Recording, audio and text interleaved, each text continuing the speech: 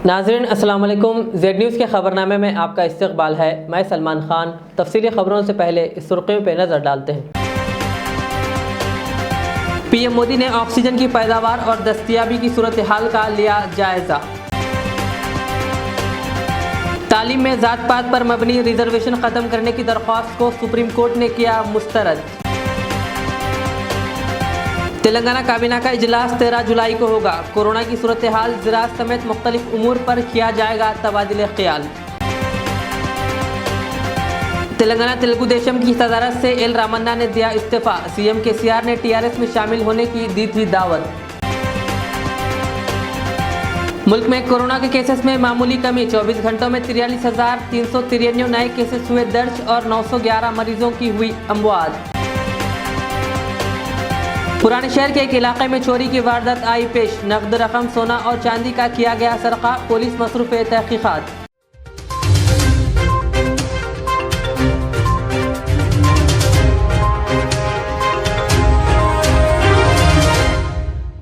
अब पेश है खबरों की तफसील। तेलंगाना काबीना का इजलास इस माह की 13 तारीख को मुनक्किद होगा। वज़ीर आला केसीआर प्रगति भवन में सय पहर 2 बजे वजारती इजलास की सदारत करेंगे। इस इजलास में कोरोना की सूरत हाल, ज़राअत दही, शहरी तरक्की से मुताल्लिक़ जैसे उमूर पर तबादिला ख्याल किया जाएगा। कोरोना केसेस में कमी के पेश नज़र थिएटर्स की शुरुआत जैसे मौज़ूआत पर भी तबादिला ख्याल होगा। इस इजलास में काबीना कोरोना के तीसरे लहर के मौसर तरीके से निपटने के लिए हुकूमती एहतियाती तदाबीर और तैयारियों के बारे में भी तबादिला ख्याल और फैसला कर रही है।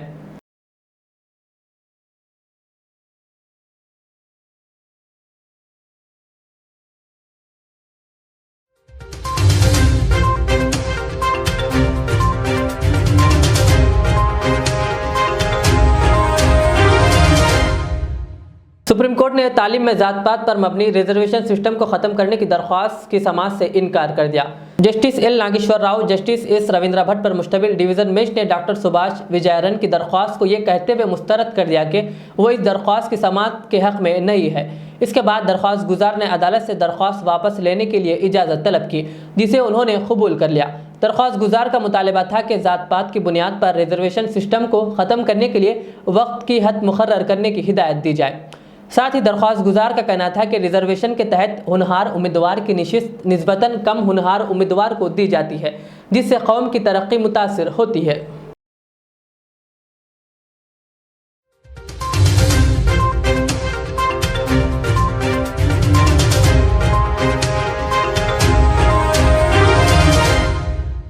तेलंगाना तेलुगु देशम पार्टी के सदर एल रामन्ना ने तेलुगु देशम की सदारत और पार्टी की इब्तदाई रुकनियत से अपना इस्तीफा पेश कर दिया। अपने इस्तीफा के मकतूब में एल रामन्ना ने कहा कि रियासत की तरक्की में हिस्सेदार बनने के लिए वो टीआरएस में शामिल होने का फैसला किया है। उन्होंने कहा कि गुज़िश्ता 30 साल से उनकी सियासी तौर पर उभरने में चंद्रबाबू नायडू का अहम रोल रहा है, जिस पर उन्होंने उनका शुक्रिया अदा किया। वाज़ेह है कि गुज़िश्ता रोज़ एल रामन्ना ने प्रगति भवन में वज़ीर आला केसीआर से मुलाकात की थी और वज़ीर आला ने इन्हें टीआरएस में शामिल होने की दावत दी थी।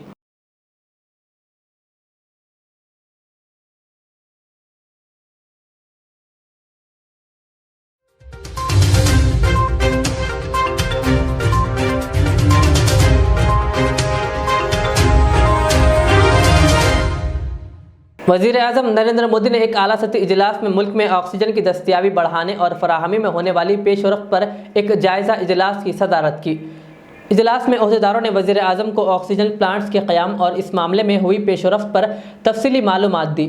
आज वर्चुअल के जरिए मुनाकिदा इस इजलास में हुक्काम ने वज़ीर आज़म को ऑक्सीजन प्लांट्स के क़याम की पेशरफ्त से मालूमात फराहम करते हुए बताया कि मुल्क भर में 1500 से ज़ायद ऑक्सीजन प्लांट्स लगाए जा रहे हैं, जिसमें पीएम केयर्स के साथ साथ मुख्तलिफ वजारतों और सरकारी कंपनियों का ताउन शामिल है।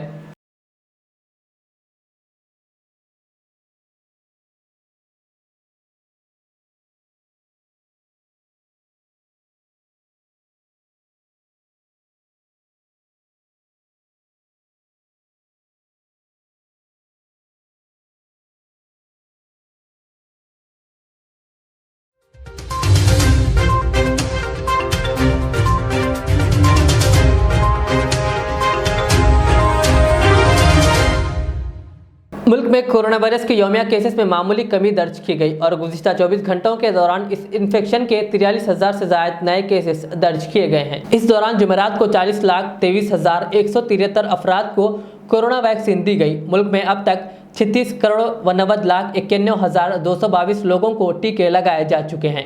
मरकजी वजारत सेहत की जानिब से जुमा की सुबह जारी करदा आदाद-ओ-शुमार के मुताबिक गुज़िश्ता 24 घंटों के दौरान कोरोना के 43,393 नए केसेस सामने आए, जिसके बाद मुतासरा अफराद की तादाद बढ़कर 3,07,52,950 हो गई है। इसी दौरान 44,459 मरीज सेहतियाब हुए, जिसके बाद इस वबा को शिकस्त देने वालों की मजमूई तादाद बढ़कर 2,98,88,284 हो गई है, जबकि इसी दौरान 911 मरीजों के फौत हो जाने के बाद अमवात की तादाद बढ़कर 4,05,939 हो गई है।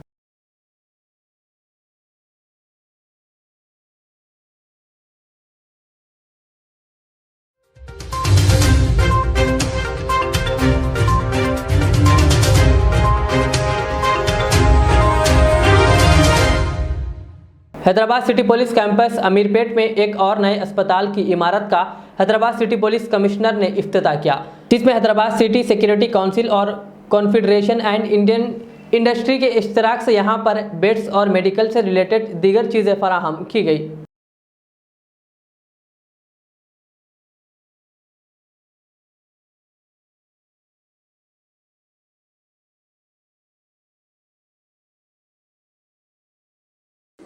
सिटी पुलिस के कैंपस में सीपीएल पुलिस हॉस्पिटल कैंपस में एक नया एक्सटेंशन बिल्डिंग का इनॉग्रेशन हुआ, जिसमें कि हैदराबाद सिटी सिक्योरिटी काउंसिल और कॉन्फेडरेशन ऑफ इंडियन इंडस्ट्री ने मिलकर नए बेड्स और दूसरे मेडिकल इक्विपमेंट्स लगाए हैं। हमारे डॉक्टर साहब डॉक्टर सत्यनारायण रेड्डी और उनके पूरे टीम और इस प्रोजेक्ट के लिए शिखा गोयल और पूरे कॉरपोरेट वर्ल्ड, पूरे 5 जोन्स के ऑफिसर्स ने मिलकर सपोर्ट करके इस प्रोजेक्ट को एक रियलिटी में बनाया। उन सबको हमारे तरफ से बहुत बहुत धन्यवाद।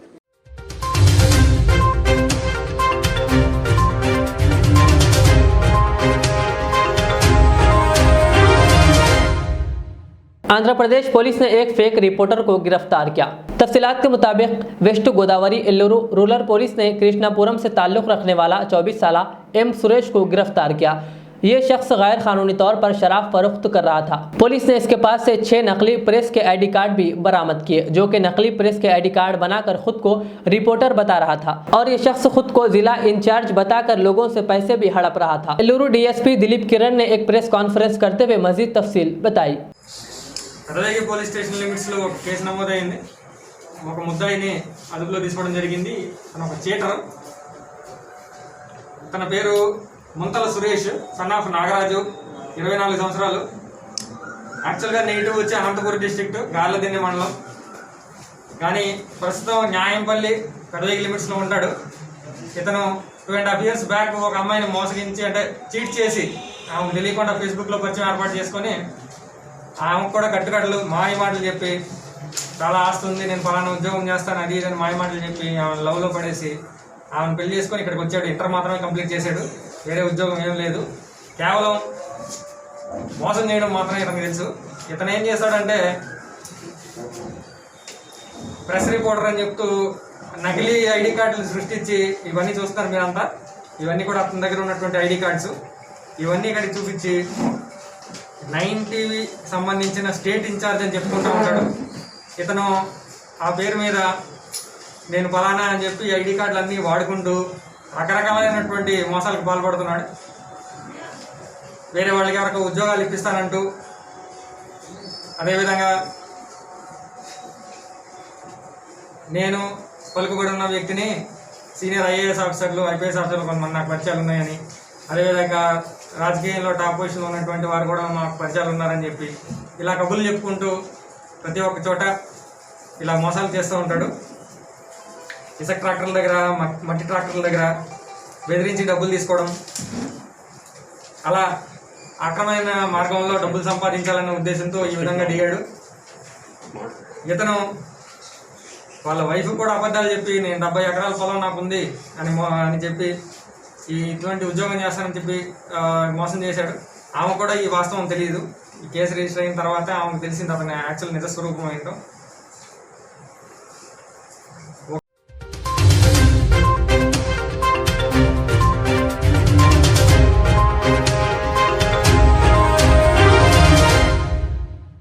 अक्सर सड़क हादसे गाड़ी स्पीड चलाने या रॉन्ग वे पर गाड़ी चलाने से होते हैं, जो कि कंट्रोल ना होने से हादसे का शिकार बन जाते हैं। इसी तरह का एक वाकया कल रात पुराने शहर के शालीबंडा रोड पर पेश आया, जहां एक कार और पैगो ऑटो के दरमियान तसादुम हो गया।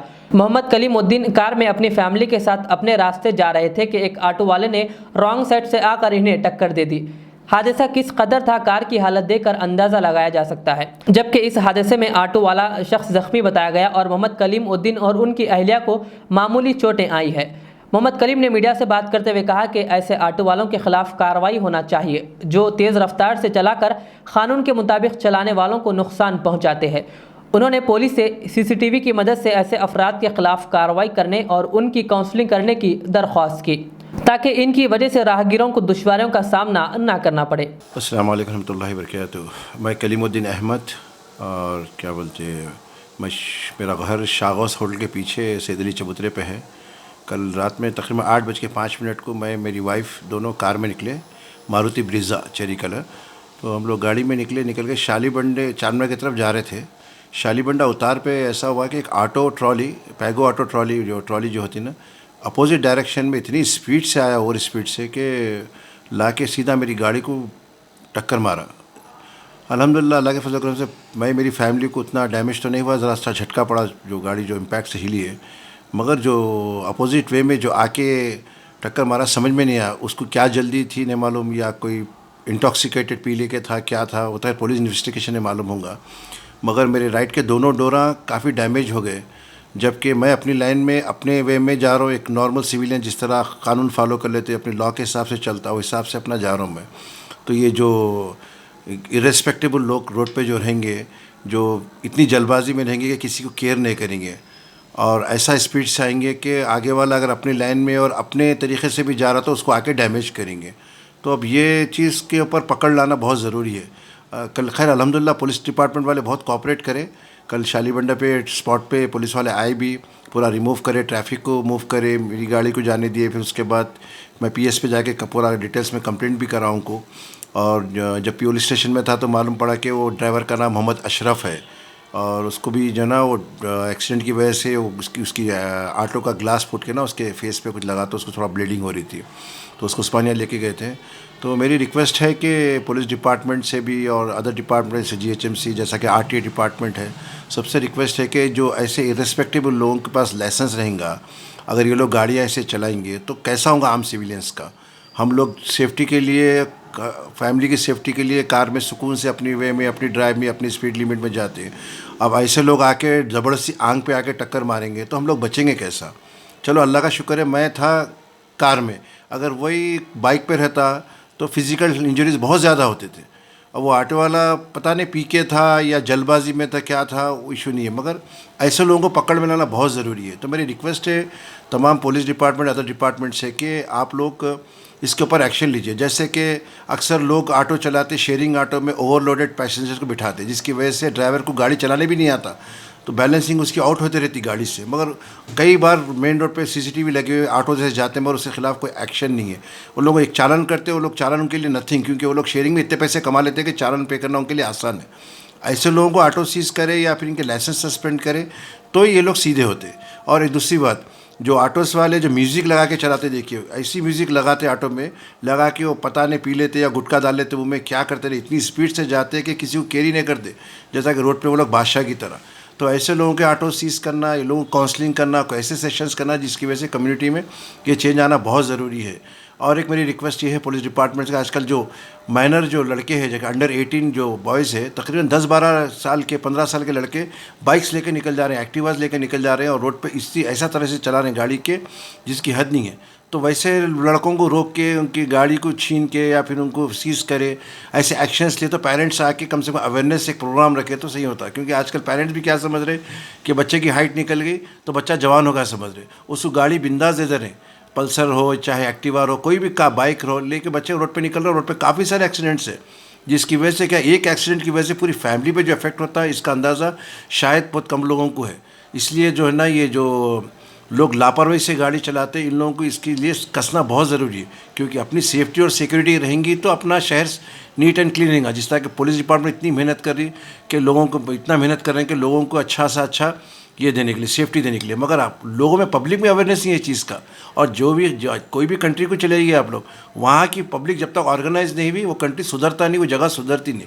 तो ये लोगों को एक तो चालान भी करना, इनके ऑटोज़ भी वगैरह सीज करना, प्लस इनकी काउंसलिंग भी करना, कोई ऐसे सेशंस लगाना है कि इन लोगों को बिठा के इनका ब्रेन वॉश करे वैसा कि बाबा रोड पे नहीं कर रहे तो आप अपने अलावा दूसरों को भी देखो। आप ही राजा नहीं है रोड पे, दूसरे लोग भी है। रोड सबकी है, साइकिल वाले की भी है, पैदल फिरने वाले की भी है, और बाइक पे जाने वाले की भी है, कार में जाने वाले की है, और ट्रक पे जाने वाले की भी है। तो ये सब काफ़ी सारे जो लॉ तोड़ने वाले लोग जो है इनको एक फ्रेम में लाना बहुत ज़रूरी है। और मेरी रिक्वेस्ट है पुलिस डिपार्टमेंट के, प्लीज़ ये ड्राइवर और इसके बाद दूसरे भी ड्राइवर्स के ख़िलाफ़ आप लोग एक्शन लीजिए। थोड़ा सा रोड पे इन लोगों को रोकिए, जो लोग गाड़ियाँ ओवर चला रहे हैं, ज़्यादा लोगों को भर लेके ऑटो चला रहे हैं, और जो लोग लापरवाही से चला रहे हैं। और इनका ब्रेक टेस्ट करना ज़रूरी है मेरे हिसाब से। हफ्ते में एटलीस्ट 2 या 3 दिन तो ब्रेक टेस्ट होना ज़रूरी है, ऑटो वालों का ख़ास तौर पे, क्योंकि ये लोग पी ले के गाड़ी चलाते और लोग अनसेफ है इनकी वजह से। तो कंप्लेन करा इसके? हाँ सर, मैं कंप्लेंट करा शालीबंडा पीएस में, मैं पूरा एप्लीकेशन कर लिख के आया। अभी एफआईआर नहीं हुई, शायद एफआईआर आज होंगी, क्योंकि अपोजिट जो ड्राइवर है उसको उस्मानिया दवाखाना लेके गए थे, उसके चेहरे पे माइनर इंजरीज आए थे इस वजह से। तो मैं नहीं, मेरे को खाली झटका लगा, गाड़ी हिलने में, कार में सेफ था, मगर झटका काफ़ी सारा ज़ोर से लगा, जो वाइफ को मेरे थोड़ा सा क्या बोलते पीठ की तरफ ज़रा दर्द हो रहा, उतना ही, ज़्यादा कुछ भी नहीं है, अल्हम्दुलिल्लाह सेफ थे। मगर सोचो कि बाइक पे अगर रहते या फिर दूसरी गाड़ी पर रहते तो काफ़ी सारे डैमेजेस होते थे। उन कितनी इम्पैक्ट से मारा जो गाड़ी मेरी इतनी डैमेज हुई। हाईवे पे ऐसे गाड़ियाँ डैमेज 100 या 200 की स्पीड पे डैमेज होने का, उतना डैमेज मेरी कार को हुआ। तो सोचो उन्हें कितनी स्पीड से आ रहा था। सो सीसीटीवी भी जो है ना, पुलिस स्टेशन का सीसीटीवी भी हम देखे कि वो पूरा जो बेले की रोड से निकल के अपोजिट टूवर्ड शालीबंडा जो आ रहा है पूरा रॉन्ग वे में आ रहा, और एक ही लेवल में स्पीड भगा लेते आ रहा, जैसा कि रोड पे कोई दूसरा आदमी है ही नहीं। और मेरा टोटल अपोजिट आया, थोड़ा मैं सेफ करने की कोशिश करा, जब जाके उन्हें डोरों को हिट करा मेरे, वरना तो फ्रंट पे ही हिट कर देता था मेरे को। तो इसके लिए ज़रा रिक्वेस्ट है शालीबंडा पीएस वालों से भी कि थोड़ा इसके लिए स्ट्रिक्ट एक्शन लीजिए, और कुछ ऐसा करिए कि मेरी गाड़ी का रिपेयर वगैरह पूरा अगेंस्ट पार्टी करा के दिए वैसा। ज़रा इसके लिए थोड़ा रिक्वेस्ट है, क्योंकि काफ़ी सारा डैमेज हुआ, दोनों डोरों वगैरह काफ़ी डैमेज हो गए गाड़ी के। तो रिक्वेस्ट है कि मेरी गाड़ी बनाने के लिए भी ज़रा जो भी है उनको इसके लिए भी कंपनसेट करने के लिए बोलिए। Thank you very much, have a nice day.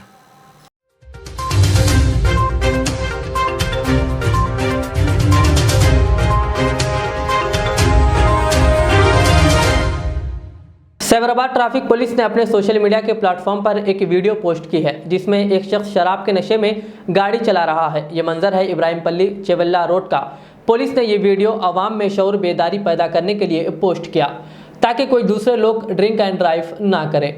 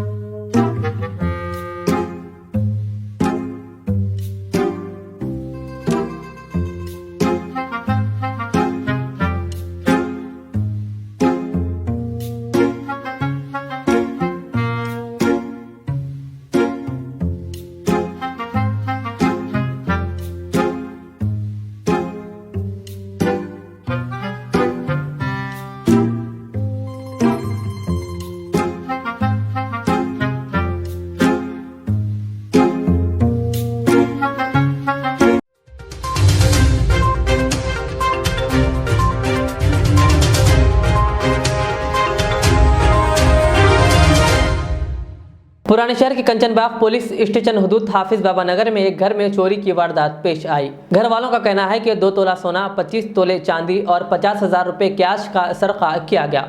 Kanchanbagh police ने एक केस दर्ज करते हुए तहकीकात शुरू कर दी।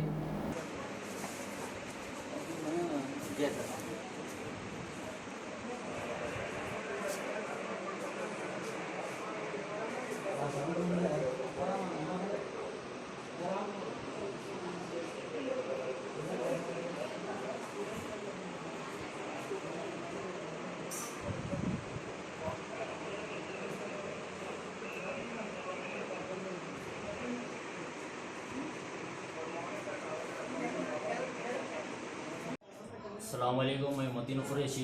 हाफिज़ बाबा नगर में मेरे भाई का मकान है। हम लोग यहाँ पे नहीं थे 12 दिन से। आज आए तो क्या है, अंदर के पूरे लागान टूटे हुए थे। क्या टाइम पे 11:30 के टाइम पे आए थे। अभी आए तो पूरे अंदर के लागान सब टूटे हुए थे। देखे तो क्या है, अंदर से वो फिर देख के पुलिस को इत्तला करें। पुलिस वाले आगे इंक्वायरी करें। इंक्वायरी करके क्या है इसका मालूम करेंगे। आपके क्या क्या चीज़ें गए? 2 तोले सोना, 25 तोले चांदी, 50,000 रुपये कैश थे। हमारे घर पे फंक्शन था, बोले कपड़े सोना गोल्ड वगैरह लेने के लिए आए थे। आए तो ऐसा हमको मालूम हुआ। आप पुलिस स्टेशन में कंप्लेंट करें? हाँ, पुलिस स्टेशन में कंप्लेंट करें। पुलिस वाले भी आके पूरा देखे, पूरा चेक करें। कौन से पुलिस वालों को करें? ये कंचनबाग PS को जाके कंप्लेंट करे थे। पुलिस वाले भी आए, एनी टाइम आगे रिस्पॉन्स दिया, आगे देखे करें। मैं असद साहब से गुजारिश कर रहा हूँ, जो भी हमारा जो भी हो लॉस, जो भी चोरी हुआ, जो भी गया, बस हमको इसका इंसाफ मिले, ये मिले। जो भी इंस्पेक्टर साहब से भी मैं गुजारिश कर रहा हूँ कि जो भी हमारे घर में जो चोरी हुई, बस उसका इंसाफ हमको मिलना चाहिए।